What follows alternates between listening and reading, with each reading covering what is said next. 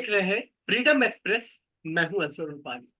बांग्लादेश में तख्ता पलट हो चुका है और बांग्लादेश से शेख हसीना जो कि प्रधानमंत्री हुआ करती थी, अब उनकी विदाई हो चुकी है। वहां पर हालात अराजकता के तौर पर दिख रहे हैं। हालांकि अब जिस तरह की खबरें आ रही हैं, उसने कहीं ना कहीं थोड़ा सा राहत की सांस लेने की इस पोजीशन में जो है लोगों को डाला है। यानी कुछ पॉजिटिव खबरें भी आने लगी हैं। पहले जिस तरह से कहा ही जा रहा था कि बड़े पैमाने पर हमले हो रहे हैं, बड़े पैमाने पर लूट मार और बड़े पैमाने पर जो एक दूसरे पर हमले किए जा रहे हैं, वो तमाम चीजों में कमी आई है। और जब से मोहम्मद यूनुस जो कि अर्थशास्त्री हैं और नोबेल उनको इनाम दिया गया था, जब से उन्होंने अपने हाथ में सत्ता संभाली है, क्योंकि सेना ने कब्जा करने के बाद अंतरिम प्रधानमंत्री नियुक्त कर दिया है और मोहम्मद यूनुस साहब को प्रधानमंत्री नियुक्त किया गया है। लेकिन उसके बाद क्या कुछ हालात हैं भारत पे, उसके क्या कुछ असरात पड़ेंगे, क्योंकि मामला सिक्योरिटी से भी जुड़ा हुआ है इस पूरे मामले पर। और साथ ही साथ हम आपको बताएं कि विदेश नीति को लेकर भी कई तरह के सवाल खड़े किए जा रहे हैं। साथ ही ये भी कहा जा रहा है कि इस पूरे मामले में जो एक राजनीतिक पूरा खेल खेला जा रहा है, ये भी एक तरह से काफी भयावह स्थिति में इस वक्त लोग इसको सोचने पर मजबूर हुए हैं कि आखिर ये हो क्या रहा है। क्योंकि भारत से मिला हुआ देश है और भारत ने पिछले 53 साल पहले से अगर देखा जाए, भारत के साथ इसके रिश्ते बहुत ही अच्छे रहे हैं, बहुत ही मधुर रहे हैं। और यही वजह है कि सीधे तौर पर भारत पे इसका असर पड़ता हुआ नजर आएगा। तो इस वक्त हमारे साथ इस पूरे मुद्दे पर बातचीत करने के लिए तीन खास मेहमान मौजूद हैं। हमारे साथ अ, वरिष्ठ आईएफएस ऑफिसर अशोक शर्मा साहब हैं, जो कि फॉर्मर एम्बेसडर हैं। हम उनका बहुत बहुत स्वागत करते हैं। हमारे साथ मोहम्मद अदीब साहब हैं, राज्यसभा के फॉर्मर सदस्य हैं। हम उनका भी बहुत बहुत स्वागत करते हैं, एमपी हैं। और इसके अलावा Indian Muslim for civil rights, उसके इस वक्त चेयरमैन हैं, वो हमारे साथ हैं। हम उनका भी बहुत बहुत स्वागत करते हैं। साथ ही साथ हमारे साथ रिटायर्ड जनरल जावेद इकबाल साहब हैं, वो इस वक्त हमारे साथ हैं। हम उनका भी बहुत बहुत तो स्वागत करते हैं। तो तीनों इस वक्त खास मेहमान हमारे साथ मौजूद हैं, खास पैनल है और तीनों से अलग अलग एंगल पर हम चीजों को जानने और समझने की कोशिश करेंगे कि सिक्योरिटी के लिहाज से अगर देखा जाए, ये पूरी जो घटना है, इस घटना का भारत पर क्या कुछ असर पड़ेगा। विदेश नीति के मामले में जब बात आएगी तो जाहिर है कि अशोक जी उसके मास्टर हैं और वो बेहतर तरीके से जानते हैं और समझते हैं कि आखिर ऐसी चूक कहाँ हो गई कि भारत, जिसने पिछले कुछ महीनों पहले जब प्रधानमंत्री नरेंद्र मोदी का शपथ ग्रहण हुआ, तो उसमें उस वक्त भी शेख हसीना वाजिद को स्पेशली बुलाया गया। इसके अलावा G20 में एक करीबी दोस्त, और पहली बार ये कहा जाए कि G20 में भारत ने अपने तौर पर उनको एक पार्टनर के तौर पर शामिल किया था। तो आखिर ये सब क्या हो रहा है, ये तमाम चीजें हैं इस वक्त हमारे साथ। सबसे पहले अशोक जी, अगर हम आप ही से चीजों को समझने की कोशिश करें, क्योंकि अब अंतरिम सरकार बन गई है और अर्थशास्त्र जो मोहम्मद यूनुस साहब हैं, उन्होंने गवर्नमेंट अपने हाथ में संभाल ली है। अपील की जा रही है कि अराजकता का माहौल छोड़ा जाए और अब जो है अमन शांति और मिलजुल करके काम किया जाए। इस पूरी घटना को आप किस तरह से देख रहे हैं? मैं तो इतना ही कहना चाहूंगा कि भारत के लिए जहां तक सामरिक दृष्टि से तो कोई अच्छा नहीं हुआ है। ये हमारे लिए तो बहुत ही एक खराब घटना है, लेकिन इसके पीछे एक लंबा इतिहास है। और ऐसा नहीं कि ऑल ऑफ ए सडन हो गया है, ऐसा कोई नहीं है, कुछ नहीं है कि कोई कू हो गया है। देखिए, जहां पे भी आप जमहूरियत का गला घोटेंगे, जहां पे भी आप फ्री एंड फेयर इलेक्शंस नहीं होने देंगे, ये दूसरी बात था। तो इससे पहले का इलेक्शन था, उसमें भी धांधलियों के आरोप थे, उसमें भी बीएनपी ने बॉयकॉट किया था, इस बार भी बॉयकॉट किया। और इस बार तो लगभग सभी पार्टियों ने, ओपोजिशन पार्टीज ने बॉयकॉट कर दिया था। और उस बॉयकॉट के अलावा आ, जो मसनवी एकदम फर्जी कैंडिडेट खड़े कर दिए गए थे ओपोजिशन के नाम पे, तो ये जो हुआ ये तो होना ही था। देखिए, कोई बुराई नहीं है यदि आपने एक या दो बार सत्ता का सुख भोग लिया है, कोई बात नहीं, आप ओपोजिशन में बैठ जाइए। You should be ready to sit in opposition. क्या बुराई है? यदि हसीना जी ओपोजिशन में बैठ के स्ट्रॉन्ग ओपोजिशन रहती, 40% सीट आ जाती, 35% आ जाती, तो स्ट्रॉन्ग ओपोजिशन रहती, तो कोई बुराई नहीं। तो ये कि मुझे सत्ता में रहना है, बने रहना है, मुझे ओपोजिशन फ्री बांग्लादेश चाहिए, मुझे किसी को टॉलरेट नहीं करना है, किसी भी स्ट्रॉन्ग ओपोजिशन को, तो ये तो होना ही था। जैसा उन्होंने बोया वैसा उन्होंने काटा। नहीं, ये अगर तो ये मैं होना नहीं, अगर ये होना था तो क्या भारत की जो विदेश नीति है, भारत के विदेश मंत्री जो है, वो इन तमाम चीजों को, भारत के लोग इस चीज को देख रहे थे, समझ रहे थे, फिर चूक कैसे हो गई?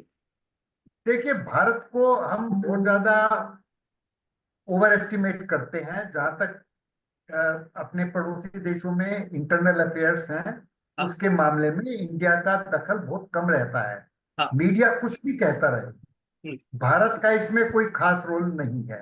हम्म, भारत का तो यही रहता है कि हमारा जो जो देश का मुख्य उद्देश्य है, ये है कि हमारे फेवर में वहां सरकार रहे, हम्म, जो भी सरकार हो, हम्म, जो भी सरकार हो हमारे फेवर में रहे, उतना भर काम करते हैं। हम्म, अब सरकार किसकी रहे क्या रहे, उसमें भारत सरकार का कोई रोल नहीं है। हम्म, सलाह दे सकते हैं, सलाह के अलावा ज्यादा कुछ कर नहीं सकते हैं। हम्म, तो इसलिए ये कहना है कि भारत की डिप्लोमेसी फेल हो गई है हम्म, या भारत की डिप्लोमेसी की हार है, हम्म, वो बड़ी अतिशयोक्ति होगी। हम्म, वो बहुत बड़ी अतिशयोक्ति होगी, क्योंकि फिर हम ओवर एस्टिमेट कर रहे हैं इंडिया की इन्फ्लुएंस को। हम्म, इन्फ्लुएंस नहीं है, हम्म, किसी पार्टी पे भी नहीं है, किसी कंट्री में भी नहीं है। हम्म, तो इसलिए सामरिक रूप से भारत को नुकसान हुआ है। हम्म, भारत के एक दोस्त देश में यदि कोई भी ये इस तरह उथल पुथल हुई है, तो हमारे लिए चिंताजनक बात है। लेकिन जैसा कि मिनिस्ट्री ऑफ एक्सटर्नल अफेयर्स अब तक कहती आई है, उन्होंने आमतौर पे यही कहा है कि ये उनका इंटरनल मैटर है, और मैं मानता हूं कि ये उनका एक सही स्टैंड था जब उन्होंने कहा कि ये इंटरनल मैटर है।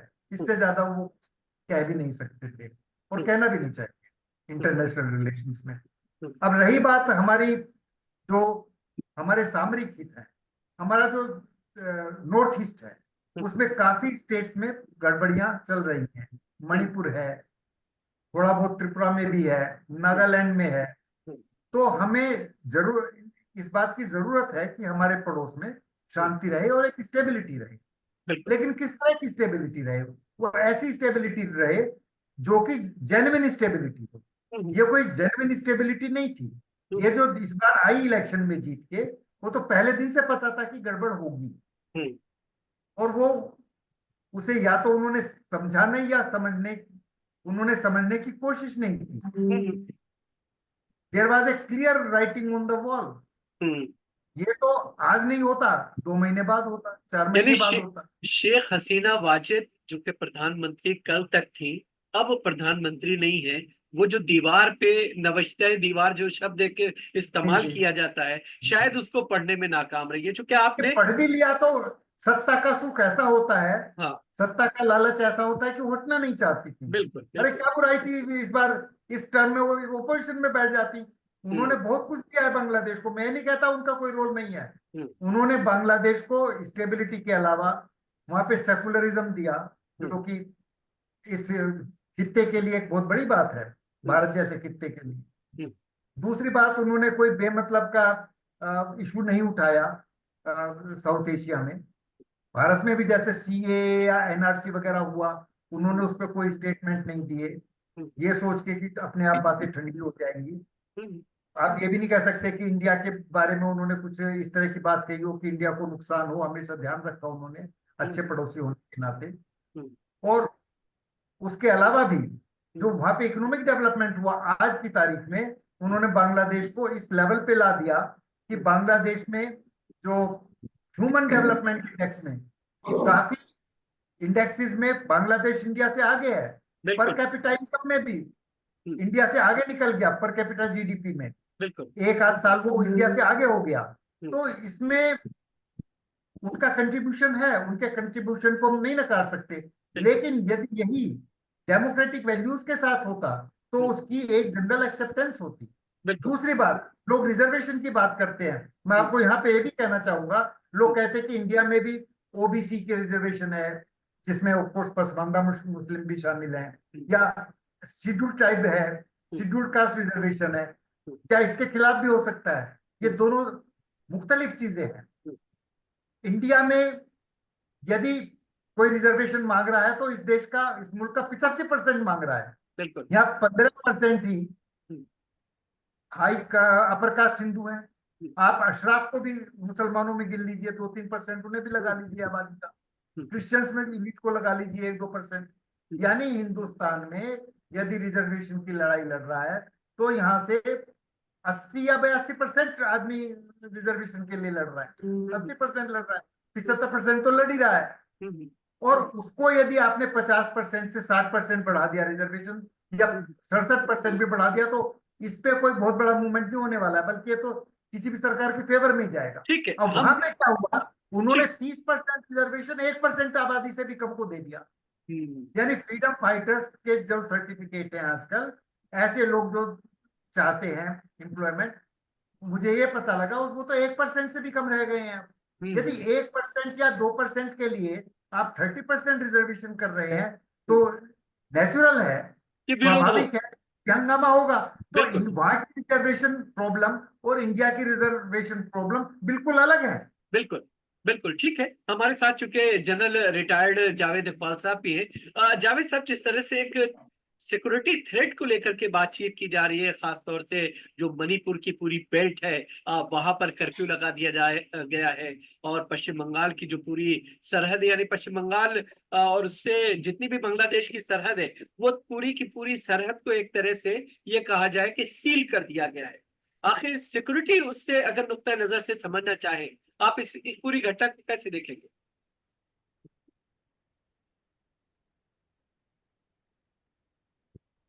जनरल जावेद। अच्छा जी। जी जी। देखिए, मैं जो अभी अशोक सर ने एक्सप्लेन किया, मैं उनकी बात से पूरी तरह सहमत हूँ हम्म। कि जहाँ डेमोक्रेसी नहीं होगी, हम्म। लोगों को अपने व्यूज एक्सप्रेस करने की आज़ादी नहीं होगी, हम्म। उसे बलपूर्वक कुचला जाएगा तो वो किसी ना किसी फॉर्म में बाहर निकलेगा। हम्म। अब जहाँ तक हमारी नीति की बात है, हम्म। ये बात सही है कि हमारे संबंध अवामी लीग से और शेख हसीना से बड़े अच्छे थे, हम्म। और उनके रहते हुए पिछले 15 सालों में हमें किसी प्रकार की कोई दिक्कत नहीं हुई। हम्म। जो एक हमारा सामरिक दृष्टि से सबसे बड़ा रिक्वायरमेंट है हम्म। बांग्लादेश से, वो ये है हम्म। कि जो बांग्लादेश की जमीन है, वहां पे कोई भी ऐसा ग्रुप एक्टिव ना हो जो भारत के विरुद्ध किसी भी तरह से काम करे, हम्म। जिससे कि हमारे देश की एकता या अखंडता को खतरा हो। हम्म। ऐसे बहुत सारे ग्रुप्स पास्ट में एक्टिव रहे हैं, लेकिन शेख हसीना के टाइम पे हमारा उनके साथ जो कोऑपरेशन था, हर दृष्टि से वो बहुत बेहतर था, और एक बड़ा हार्मोनियस था, और वर्किंग रिलेशनशिप उनके साथ बड़ी अच्छी थी। अब ये है कि जो नया इंटरिम सेटअप आया है, मुझे पूरी उम्मीद है कि उसके साथ भी हमारी सरकार के अच्छे संबंध बनेंगे, और इसके बाद जब भी इलेक्शन होंगे, जो भी सरकार वहां पे चुन के आएगी, उनके साथ भी हमारे संबंध अच्छे होंगे, क्योंकि भारत को और बांग्लादेश को एक दूसरे की जरूरत है। जो बांग्लादेश है उससे हमारा बॉर्डर तकरीबन 4000 किलोमीटर का लगता है, और वो इलाका हमारे लिए बड़ा सेंसिटिव है, और बांग्लादेश को भी अपनी आर्थिक प्रगति के लिए और बहुत सारी चीजों के लिए भारत की जरूरत है। तो मुझे ऐसी उम्मीद है कि आने वाले टाइम पे भी हमारे उनसे संबंध अच्छे रहेंगे।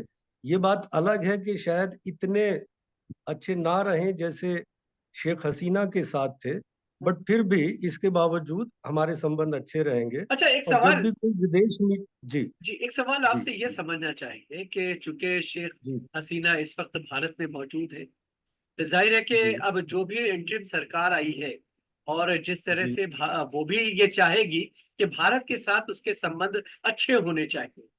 और जाहिर है कि जिस तरह का गुस्सा, जिस तरह की नाराजगी, और जिस तरह के शेख हसीना वाजिद के काम थे, जिसको लेकर के ये पूरा तख्ता पलट हुआ है, तो कल के रोज ये अंतरिम सरकार भी ये डिमांड कर सकती है कि भाई आप शेख हसीना वाजिद को बांग्लादेश के हवाले करें, ताकि उनके खिलाफ हम एक्शन ले सकें। अब ऐसी स्थिति में अगर वहां से, चूंकि भारत सरकार की तरफ से कोई इस तरह का बयान अभी नहीं आया है सामने जिसमें ये कहा जाए कि हम बांग्लादेश की जनता के साथ खड़े हुए हैं, बांग्लादेश के लोगों के साथ हम बेहतर ताल्लुकात, बल्कि जो दुश्मन है वहां की जनता का उसको भारत पनाह दिए हुए है। ऐसी स्थिति में आप इसे किस तरह से देखें?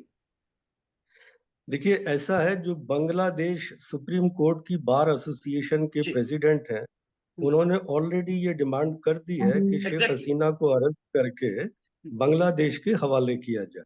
बिल्कुल। जहां तक भारत का संबंध है, और उन्होंने ये भी कहा है कि इंटरिम सरकार की तरफ से भी इस तरह के कुछ इंडिकेशंस आ रहे हैं कि जो भी देश शेख हसीना को असाइलम देगा या अपने यहाँ रखेगा, उसकी रिश्तों पे असर पड़ेगा, बांग्लादेश से उसके रिश्तों पर असर पड़ेगा।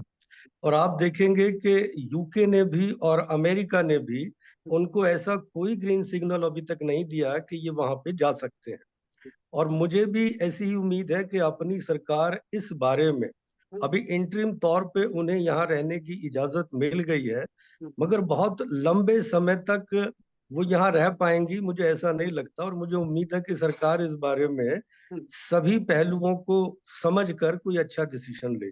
बिल्कुल ठीक है। लेकिन हमारे ये साथ बात जरूर है कि जैसा बांग्लादेश से आवाजें आ रही हैं, वो ये समझते हैं कि जो भी इन्हें असाइलम देगा उस देश के साथ उनके संबंधों पे असर पड़ेगा।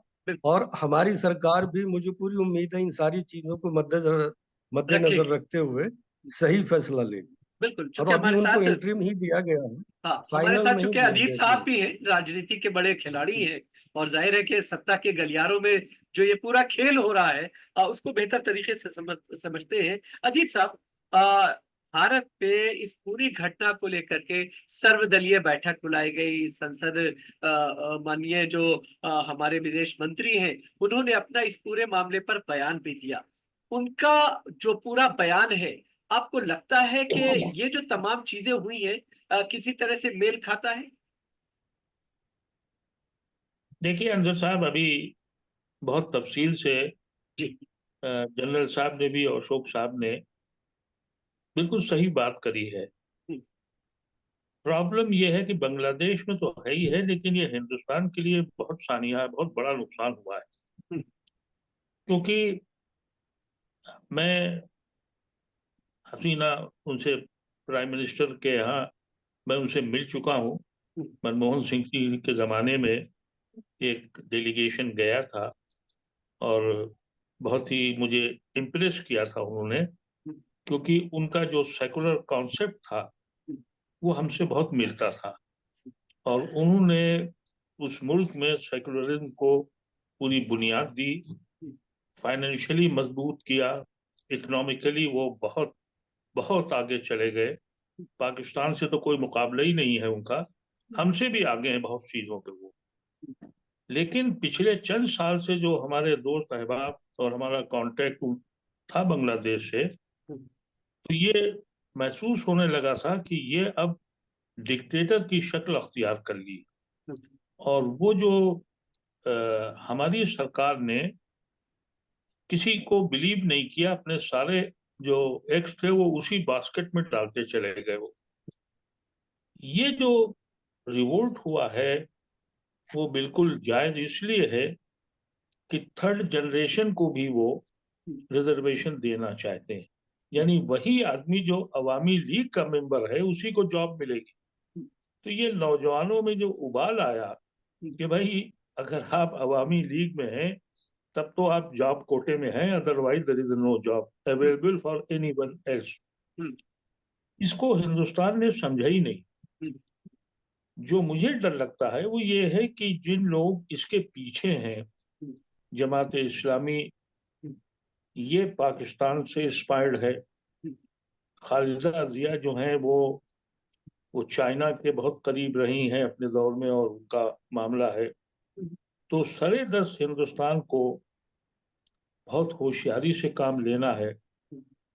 और जो अभी जैसे जनरल साहब ने कहा कि उनको कतई यहाँ असाइलम नहीं मिलना चाहिए, क्योंकि हम पार्टी नहीं बनना चाहते हैं बांग्लादेश की उस लड़ाई में।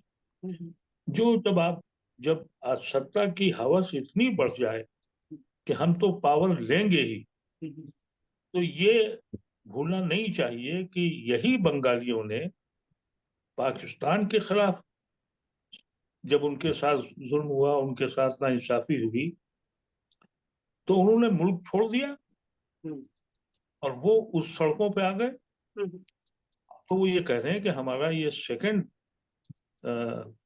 आजादी है, हमारी अच्छा, दूसरी। आपने आपने अदित साहब, आपने चूंकि बात की कि भारत सरकार को बहुत ही ज्यादा होशियारी से काम लेने की जरूरत है इस वक्त, लेकिन मैं तो बिल्कुल, लेकिन जिस बिल्कुल ये तरह से समझता हूँ उन्होंने कि ब्रीफ किया संसद के अंदर, जिस तरह से उन्होंने पूरे घटनाक्रम को ब्रीफ किया, और साफ तौर पे उन्होंने कहा कि चूंकि पाकिस्तान का एक आला अधिकारी उसने डीपी पे लगाया था इस पूरे उस चीज को, और साथ ही साथ उन्होंने कहा कि हम हालात को देख रहे हैं, वेट एंड वॉच की सिचुएशन में है।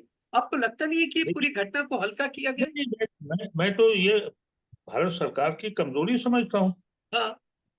दुनिया समझ रही थी कि भाई वहां कुछ ना कुछ होने वाला है। ठीक है, ये 2 दिन पहले हो गया, लेकिन जैसे अशोक साहब ने कहा कि ये तो आज नहीं होता, 6 महीने के बाद हो जाता।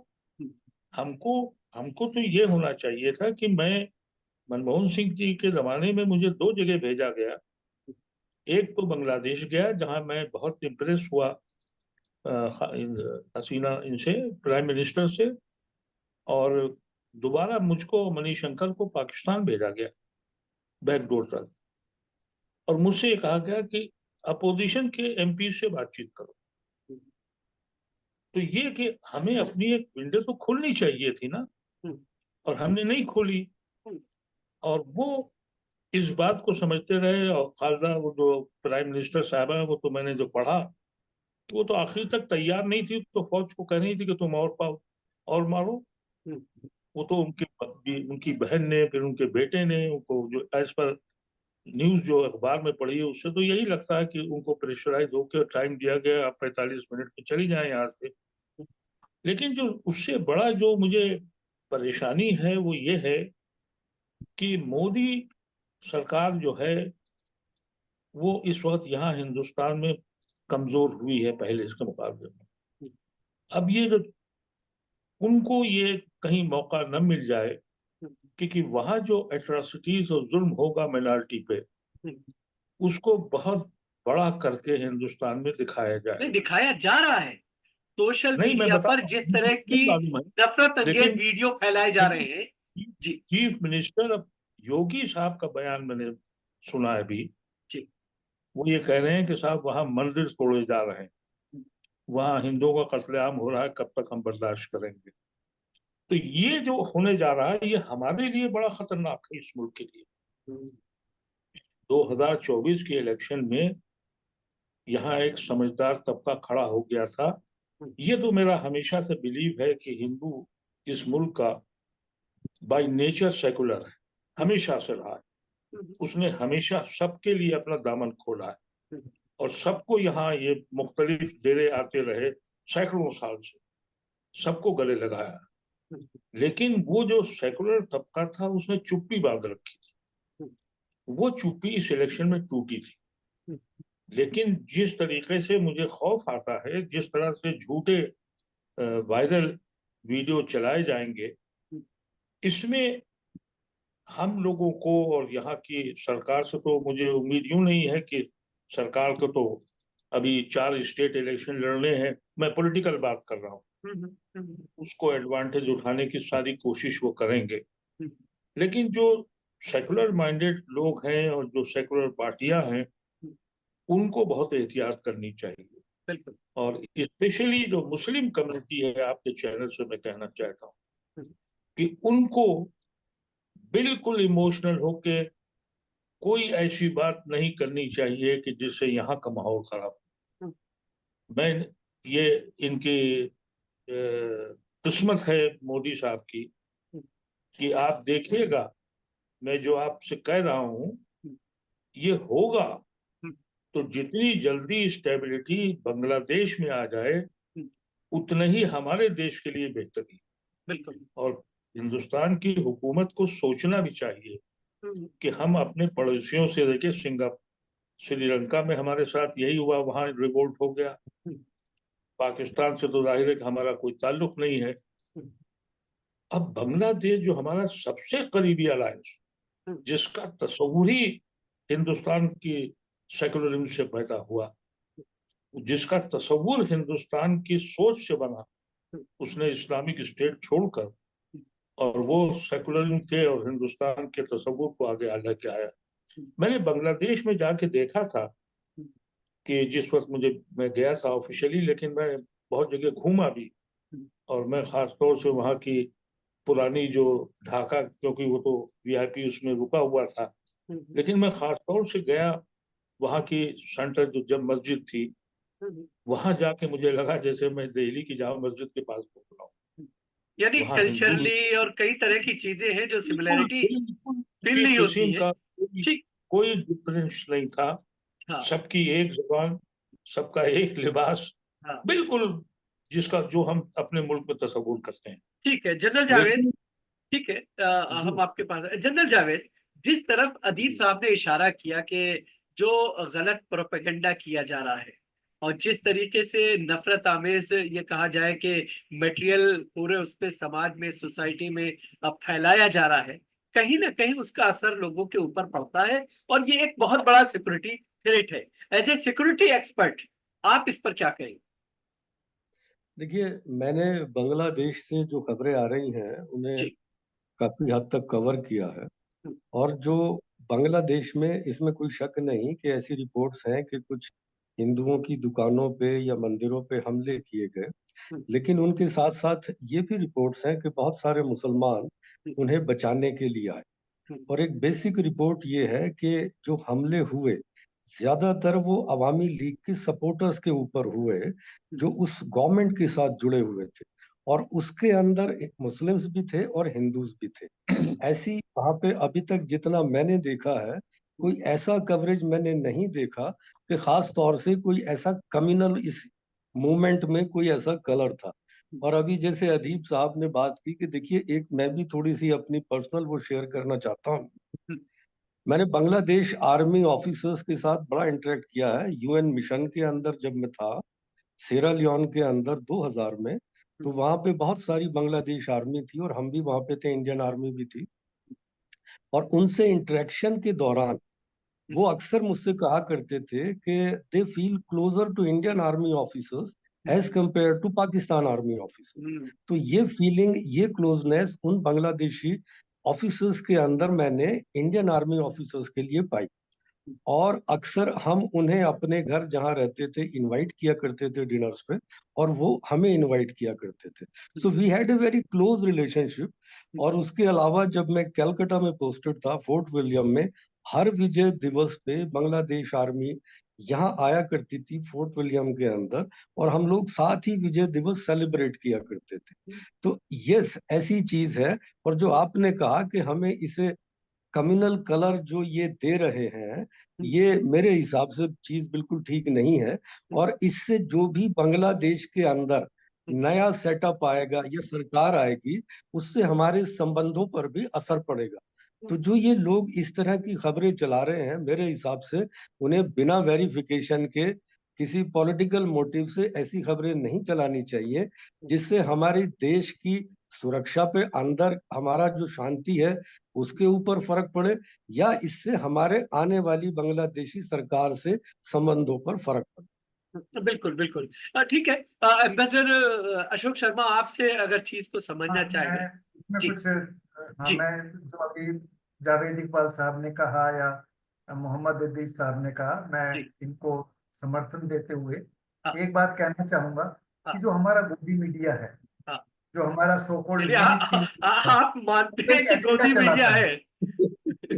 जो भी मीडिया है, चलिए गोदी मीडिया या जो भी मीडिया है, जी जी जी। उस वो जी तो एक एजेंडा के तहत काम करता है। एग्जैक्टली। जब हमास का केस हुआ, हाँ जब अ, गाजा स्ट्रिप से जो अक्टूबर में मिसाइल छोड़ी गई, हाँ। उसके बाद राजस्थान और मध्य प्रदेश में इलेक्शन हुए। तो हम्म, जब मैं राजस्थान के गांवों में गया, हम्म, तो मुझे वहां लोगों ने कहा कि भाई हमारे यहाँ तो हर स्टेट में हर जिले में एक गाजा पट्टी है। हम्म, बताइए आप क्या करेंगे?